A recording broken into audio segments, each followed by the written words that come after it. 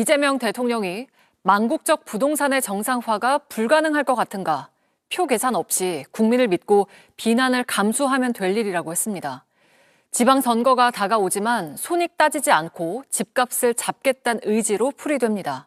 또 부동산 정상화는 5,000피 계곡 정비보다 훨씬 더 쉽고 중요한 일이란 글도 올렸습니다. 먼저 김한수 기자입니다. 이재명 대통령은 아침 8시 45분 소셜미디어 X에 서울 아파트가 급브레이크라는 기사 링크를 걸고 강한 호조의 글을 올렸습니다.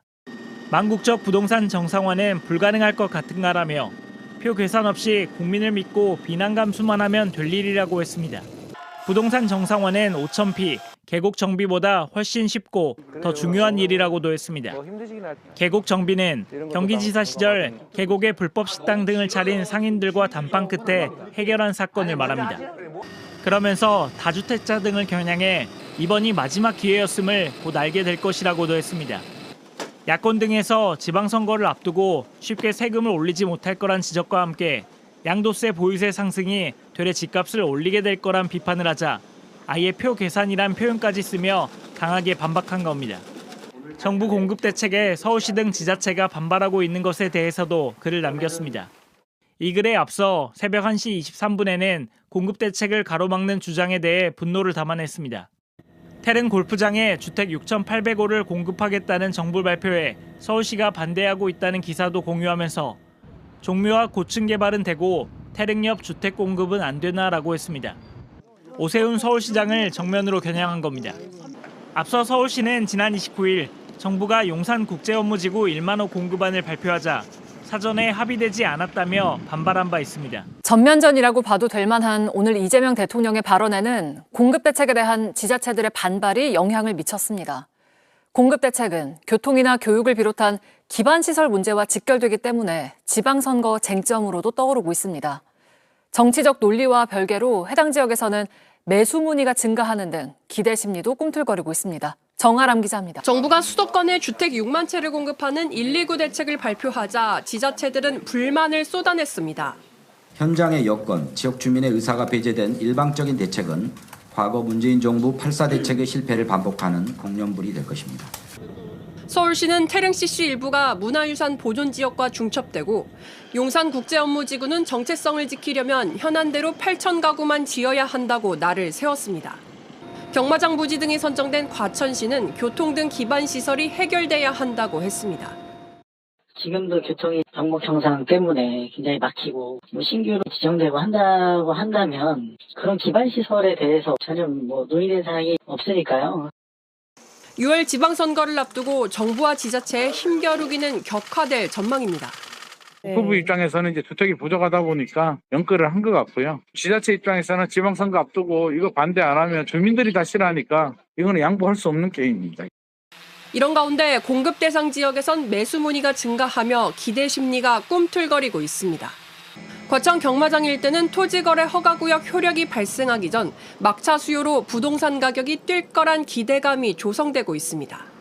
문의는 많이 늘었습니다. 땅이나 빌라를 매매하겠다고. 그리고 매도를 하려고 했던 사람들이 물건을 걷어들이는 상황이에요. 선거를 앞두고 공급 대책에 대한 반발과 기대가 뒤섞인 상황.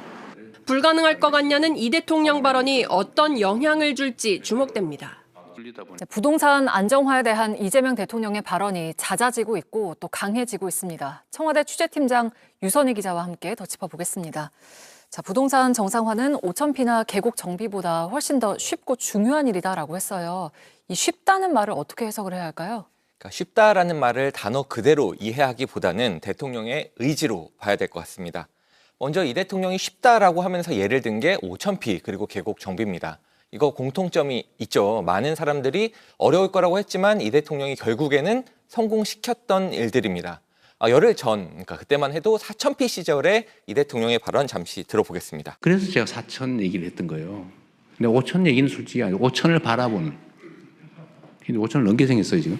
네, 이렇게 성공을 시켰죠. 그러니까 부동산 정책이 표현 그대로 쉽다 이런 의미라기보다는 5,000피나 계곡 정비 사업처럼 어려울 거라는 예상을 깨고 이번에도 성공시킬 수 있다라는 자신감을 드러낸 것으로 보입니다. 네, 다주택자 양도세 중과 유예 연장은 없다라는 이야기도 계속하고 있죠. 네, 23일에 유예 연장은 전혀 고려하지 않고 있다라는 글을 올렸고요.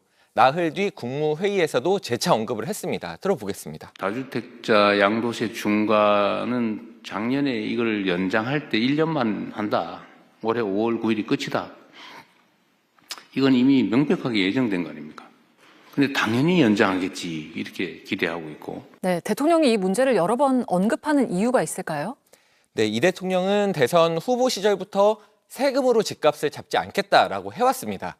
실제로 이재명 정부 들어서는 대출을 조여서 이제 수요를 억제하는 방식의 정책이 먼저 나왔고요. 네. 그리고 이제 공급 대책이 나오고 이틀 전에 나온 수도권 집중 공급 대책이 나왔습니다.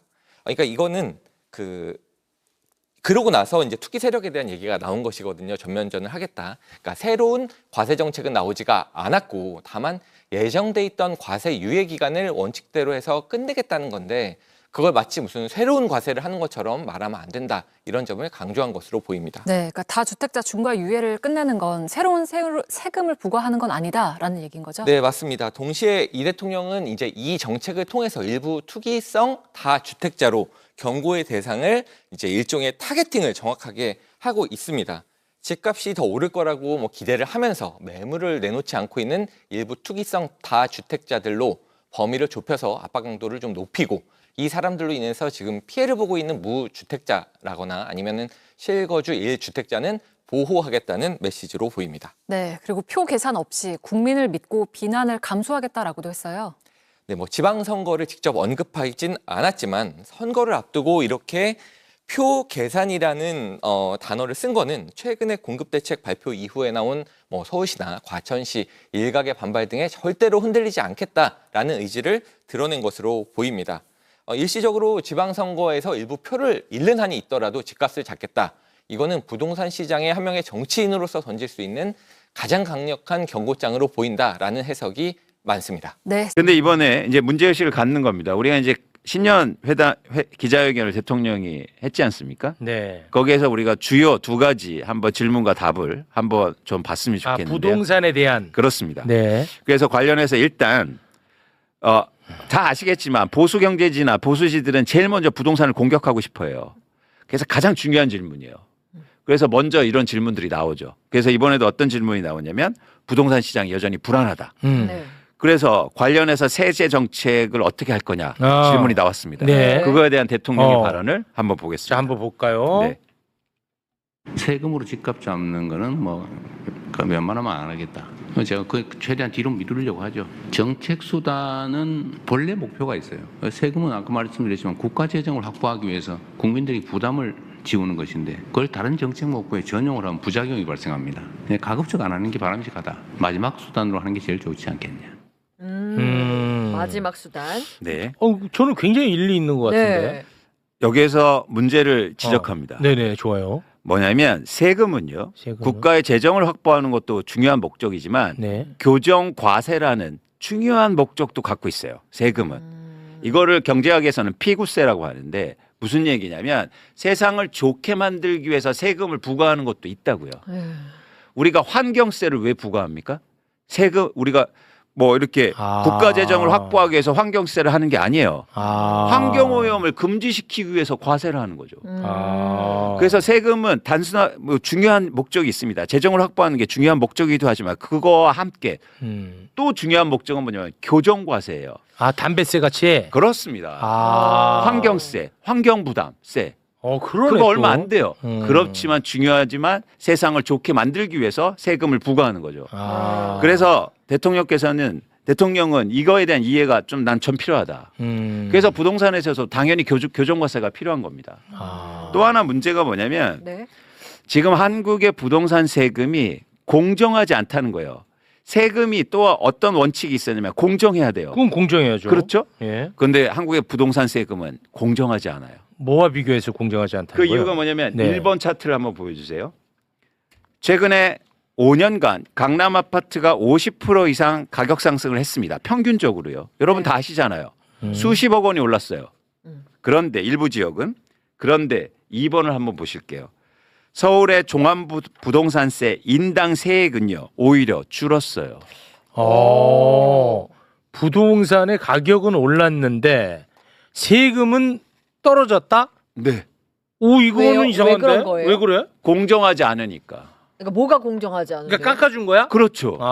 세를 깎아줬어. 예를 들어서 부동산에서 돈 벌고 자산 늘어난 사람한테는 오히려 세금을 깎아줘요. 이런 나라가 세상에 어디 있습니까? 이건 안 되지. 안 이건 되죠. 아니잖아. 이거의 출발점은 사실 윤석열이에요. 윤석열이야 또? 윤석열이 깎아준 거죠. 윤석열 일도 안 하더니 이 나쁜 짓은 또 했네. 나 진짜. 나쁜 짓만 한 거죠.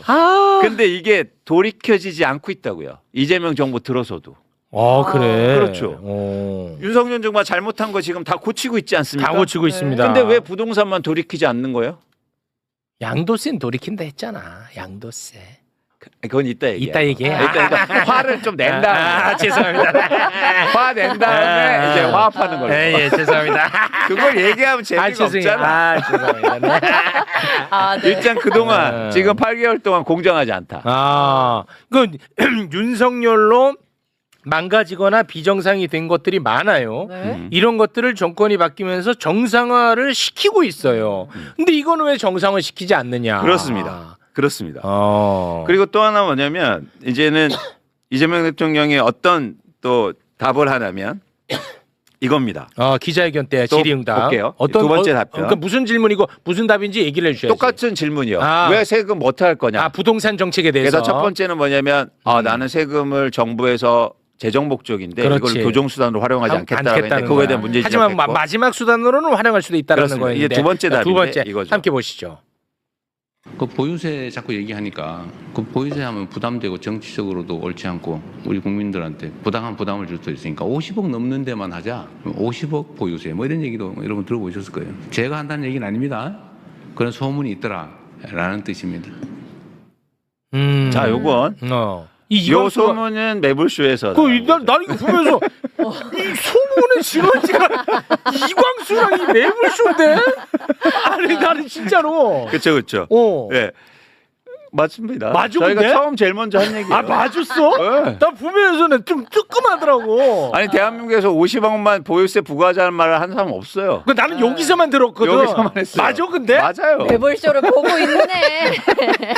근데 대통령이 굉장히 흥미롭게 내가 한다는 건 아니다. 아닙니다라고 근데 했어요. 이렇게 소문. 소문이 이제 그렇게 가는 것 같아요. 소문. 그러니까 얘기가 되니까 청와대도 이걸 받아들이고 할 것 같다. 이제 어쨌든 거기서 소문. 선을 그는데 네.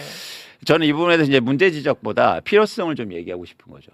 저번에는 이제 제가 50억의 보유세가 필요하다는 얘기를 했는데 구체적으로 제가 왜 필요한지는 말씀을 안 드렸기 때문에 지금 서울의 일부 지역을 중심으로 해서 가격 상승의 가장 진앙 원인은 뭐냐면 계속 집을 갈아타게 하면서 사는 거예요. 그러니까 우리나라는 1주택만 가져도 세금을 깎아줘요. 거주하지 않아도. 그렇기 때문에 1주택을 유지하면서 예를 들어서 영등포에 살다가 뭐 여의도로 옮겼다가 여의도를 또 팔아서 또 강남 최종으로 최종 목표는 강남이에요. 네. 강남의 신축 아파트 50억 100억으로 난 갈 거야. 그러니까 이렇게 되다 보니까 계속 수요가 증가하고 갈아타게 하면서 대출을 일으키고 이러거든요. 그래서 제가 생각한 건 이거예요. 그들의 표대를 꺾자라는 거예요. 지향점을. 예. 예를 들어서 50억에 대해서 보유세가 과중되면 지향점이 없어졌잖아요. 글로 가기가 부담스럽지. 그렇죠. 그럼 왜 우리가 거기에 가야 돼? 이렇잖아요. 네네. 그래서 저는 진앙지를 타격하자는 거죠. 그래서 50억만 보유세를 부과하자. 그러면 시장의 안정화가 굉장히 빠르게 안정될 수 있다고 저는 보는 겁니다. 또 하나 뭐냐면 이거는 공정한 과세로도 저는 적합하다. 지금 모든 나라들, 특히 미국 같은 나라들은요, 부자들 과세가 가중되고 있는 건 사실이에요. 그렇잖아요. 근데 그런 측면에서도 이건 사회적인 당위성도 있다. 네. 그런데 또 하나 이제 보유세를 얘기하면 또 이런 얘기들을 많이 하지 않습니까? 표 떨어진다. 표 떨어진다. 지금도 계속 그 댓글 올라옵니다. 네가 지방선거 지면 네가 다 책임져라. 그렇죠. 이광수 지금 다 자, 올라옵니다. 서울시장. 너 국민의힘에서 보낸 거 다 알고 있다. 뭐 이런 글들 올라옵니다. 그죠? 서울시장 자 책임질 거냐? 그러면 50억 아파트만 부과하면 이거요 0.9%밖에 되지 않아요. 전체 서울시 기준으로 해서 아파트 보유자 중에서 0.9%만 50억 원 이상에 살고 있다고요. 0.9. 근데 거기에 보유세가 중과된다고 그래서 표가 떨어집니까? 또 하나 원래 안 찍어줘요. 아, 그거는 맞다. 원래 안 찍어주는데 왜 표가 떨어진다는 거예요? 무슨 표가 떨어진다는 거예요, 도대체? 그러니까 50억 이상의 부동산 소유자들은 서울시에서 0.9%고 이들은 원래 국민의힘을 대체로 찍는다. 압구정 현대아파트의 지역에 이재명 대통령 투표율은 7%입니다. 대구보다도 낮아요. 득표율이. 그러니까 무슨 얘기냐면 그만큼 사실은 여러분들이 생각하실 때 이거를 정치적으로 굳이 해석해도 사실 효과가 없다는 거죠. 그러니까 사람들이 너무 정치공학적으로 접근하니까 거기에 대해서 설명하는 거야. 맞습니다. 이걸 정치공학적으로 하지 말자는 거야, 결론은. 그렇죠. 그런 얘기 하고 싶지 않은데 그렇게 자꾸 반론을 하니까 그거에 대해서 반론을 내가 제기하는 아닌데? 거야. 그렇지. 원래도 안 찍어주고 얼마 안 되는데 그렇지. 왜 자꾸 그 얘기를 해? 그래서 혹시 니들이 다 50억 원 이상 갖고 있어서 그런 거 아니야? 그런 얘기를 하는 거잖아요. 그렇지. 왜 그런 욕을 먹고 있냐고요. 맞아. 그랬더니 봤더니 막 맞아, 청와대 근데. 비서관들이 다 강남에 50억짜리 살고 있네. 맞아. 그러니까 거기에서 우리가, 떨어지자고요. 그렇지. 떨어지자고요. 그럼. 또 하나 시장의 안정 효과도 굉장히 높다. 자, 5번 한번 보여주세요. 5번. 강남에서 계속 가고 싶은 아파트에 2세대입니다. 반포의 레미안 원밸리 아파트가 2,990세대인데 이 중에서 54%는 50억 원 이상 아파트거든요. 대부분 54%는 투자 목적으로 갖고 있어요. 이건 어떻게 조사하는 거예요? 물어봐요? 아니 그러니까 너는 무슨 목적으로 갖고 있냐는 걸 물어봐? 아니, 자기들이 거주를 안 해요? 그렇죠. 거주를 안 해. 그래서 전월세를 줬다고요. 아. 그러니까 투자로 갖고 있는 거죠. 그렇지. 그러면 근데 투자지. 제가 이렇게 얘기하면 뭐라는 줄 아십니까? 아니야, 나 전월세로 하지만 나 거주 목적이야. 이건 말이 안 되는 거죠. 그래서 제가 무슨 말씀을 드리냐면 고가 주택일수록 굉장히 많은 사람들이 투자로 갖고 있다는 거예요. 고가일수록 더 그래요? 네. 50% 이상이잖아요. 그래서 무슨 얘기냐면 여기에 보유세가 증가하면 당연히 어떤 부담이 증가할 거잖아요. 그럼 매물이 증가할 겁니다. 그러면서 시장의 안정 효과가 굉장히 빠르다는 거죠. 자, 6번을 한번 볼게요. 지금 서울의 아파트 가격이 계속 오르는 이유가 여러 가지 이유 중에서 아까도 이제 갈아타기 수요도 얘기했지만 이 원인도 가장 커요. 매물이 감소하고 있어요. 집을 안 팔아요. 집을 안 오를 팔아. 것 같으니까 안 파는 거예요? 그리고 부담이 없어. 부담이 없어. 세금. 집값은 상승했는데 세금은 낮아져요. 부담 없어. 그러니까 안 팔아요. 그럼 뭐 또. 그러면 여기에 부담을 지우면 당연히 매물이 증가하면서 시장의 안정 효과도 클 수 있다라고 얘기하는 거죠. 그렇습니다. 그리고 고가 아파트일수록 그 안정 효과는 굉장히 클 수 있다는 거예요. 그게 공급입니다. 자, 그렇습니다. 그게 공급이야. 그렇죠. 뭐 자꾸 아파트를 짓는 것만 공급이 아니야. 맞습니다. 네. 시장에 유통 물량이 많아야 되잖아요. 네. 살 물건이. 그렇습니다. 그래서 일단 신년 기자회견에 대통령의 부동산 관련된 답변은 좀 아쉽다. 이런 생각을 가서 제가 이제 이렇게 화가 막 나고 있는데. 아니 근데 이재명 대통령이 지금 우리 방송 보고 있단 말이에요. 화가 나고 있는. 상관없어요. 이분은 뭐 누구 비위 맞추려고 존재하는 그래요? 사람 아닙니다. 네. 이분은 국민들 좋은 나라에 살게 하는 것 그것만 보고 갑니다. 그게 방법이 틀릴지는 몰라. 네. 왜냐면 이 사람도 무슨 신은 아니니까. 그렇죠. 하지만 방향은 그렇다는 거야. 네. 그렇죠. 누구한테 잘 보이려고 이게 아니고 좋은 나라 만들어 보자 이겁니다. 그렇죠. 그래서 저는 이재명 대통령이 이렇게 말하는 것도 문제 지적해야죠. 그렇습니다. 그래서 제가 주말 동안 화가 이렇게 나고 있는데, 있는데 갑자기 거기에 응답하듯 이재명 대통령이 X에다가 엄청 글을 올려요. 뭐야 또? 너무 좋은 글들을. 뭐야? 뭐라고 올리셨는데요? 자, 첫 번째. 자, 5월 9일 만기인 다주택자 양도세 중과 면제 연장을 전혀 고려하고 있지 않다. 자, 이걸 이해가 필요한데. 요걸 사람들이 몰라서 못 알아들어. 네. 다주택자가 우리가 나쁘다. 예를 들어서 부동산의 예를 들어서 불패라든지 부동산 가격 상승의 원인이라고 지목하잖아요. 그렇지 않습니까? 네네. 집을 여러 채 사는 사람들. 그런데 특이하게요. 나쁘다고 말만 해놓고 이 사람들의 세금은 깎아줬어요. 세금을 깎아줬어요. 특히 양도세 같은 경우에 다주택자는 양도세가 중과를 해요. 쉽게 말해서 3주택자를 갖고 있는 사람들이 집을 팔 때 돈을 뭐 10억 원 벌다. 그러면 중과 규정이 어떻게 되냐면 최대한 8억 원 정도는 세금을 내야 돼요. 그럼 실익이 없잖아. 그렇지. 네. 그럼 자주택자를 유지할 필요도 없잖아요. 또 집을 한 채 살 필요도 없잖아요. 세금을 그렇지. 너무 많이 나니까. 근데 이렇게 중과되는 규정이 있었는데 계속 유예해 줬어요. 유예를 했어. 그래서 한 채 갖고 있는 사람하고 다주택자하고 똑같이 양도세가 내요. 계속 밀어줘. 경제가 나쁘니까 밀어줘야 됩니다. 선거 오니까 그렇죠. 밀어줘야 됩니다. 밀어줍니다. 계속 유예해줘요. 네. 그래서 이번 정부도 이제 그게 왜냐면 유예 기간이 있거든. 그래서 5월 9일까지 또 오면은 야 연장해 주겠지. 다들 이제 시장에서는 그렇게 기대했지. 야 이재명 정부도 어쩔 수 어쩔 없어. 수 없어. 봐봐 눈치 보잖아. 그럼. 아 선거 또 6월에 너 지방선거 그러네. 있다. 그랬더니 갑자기 없어. 전혀 고려하고 있지 않습니다. 네. 유예하지 않는다. 재연장을 하는 법 개정을 또 개정하겠지 하면 큰 오산이다. 비정상으로 인한 불공정한 혜택은 힘들더라도 반드시 없애야 한다. 이거죠. 예상치 못한 발언이다. 이건 예상하지 못했어. 우리도 모두 다 이 연장. 우리도 이 얘기는 안 했었잖아. 안 했죠. 솔직히 안 했죠. 안 했잖아. 우리도. 왜 안 한 줄 아세요? 해줄 것 같아서. 유예할까봐. 또 내가 이 해주겠지. 얘기를 하면 사람들이 이재명 정부 좀 그만 흔들어라 뭐 이러고 또 그럴까봐. 그렇습니다. 해줄까봐 말을 못했구나. 근데 그런 얘기 했어야지 그래도. 실망이네 갑자기. 이건 결과 좋으니까 내가 화내는 거야. 좋습니다. 실망이야. 열심히 아니, 하겠습니다. 실망이야. 열심히 하겠습니다. 네. 어쨌든 그래서 이재명 대통령이 이제는 선제적으로 예상치 못하게 이건 대박 사건. 너무 좋다. 이건 대박 사건. 그때 이거에서 기뻐하고 있는데 이제 여기서 문제점이 있어요. 자 다주택자가 양도세를 많이 내면 그럼 어떻게 됩니까? 다주택자 어떻게 대응할까요? 안 팔죠. 안 팔지. 안 팔면 또 안 되는데. 매물이 오히려 감소하면서 집값이 더 오를 수 있다. 이런 의견들이 또 나오는 거야. 그게 그래? 대표적으로 어디에 나왔냐? 어떤 현상이었냐면 과거 정부 때도 그랬거든요. 그래서 이제 문제 지적을 하는 거예요. 그랬더니 바로 이재명 대통령이 또 X에 올립니다. 뭐라고 하냐면 자 팔면서 내는 세금보다 들고 버티는 세금이 더 비싸도 그렇게 할 수 있을까요? 와. 좋았다. 세금 내고 집 파느니 들고 있겠다. 양도세 중과 반짝 효과 그칠 듯이라는 여론이 이르니까 네. 아니요. 버티는 게 세금이 더 많을 것? 이건 보유세를 얘기한 겁니다. 야. 이거는 뭐야 아까랑 또 다르네. 그렇죠. 말 같이 달라지잖아요. 가야 돼요. 무슨 얘기인지 아시겠죠? 와, 이 뭐야? 자, 양도세가 중과되면 안 팔잖아요. 안 팔지? 근데 보유세가 중과되면 어떻게 됩니까? 팔지. 이거예요. 이걸 하겠다는 거예요. 그러면은 다주택자에게 보유세를.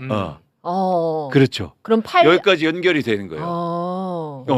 팔 수밖에 없게 만들겠다. 그렇죠. 버틸 수가 없다. 그래서 버틸 수가. 5월 9일 전까지 팔 사람들은 빨리 팔아라는 겁니다. 그렇습니다. 예. 그리고 버틸 생각하지 마라. 근원적으로 또 새로 진입하지 마라.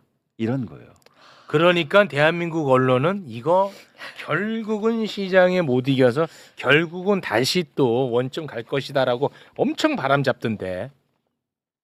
여론의 비난 때문에? 아닙니다. 중요한 건 이렇게 되면 시장이 안정될 거예요. 분명히.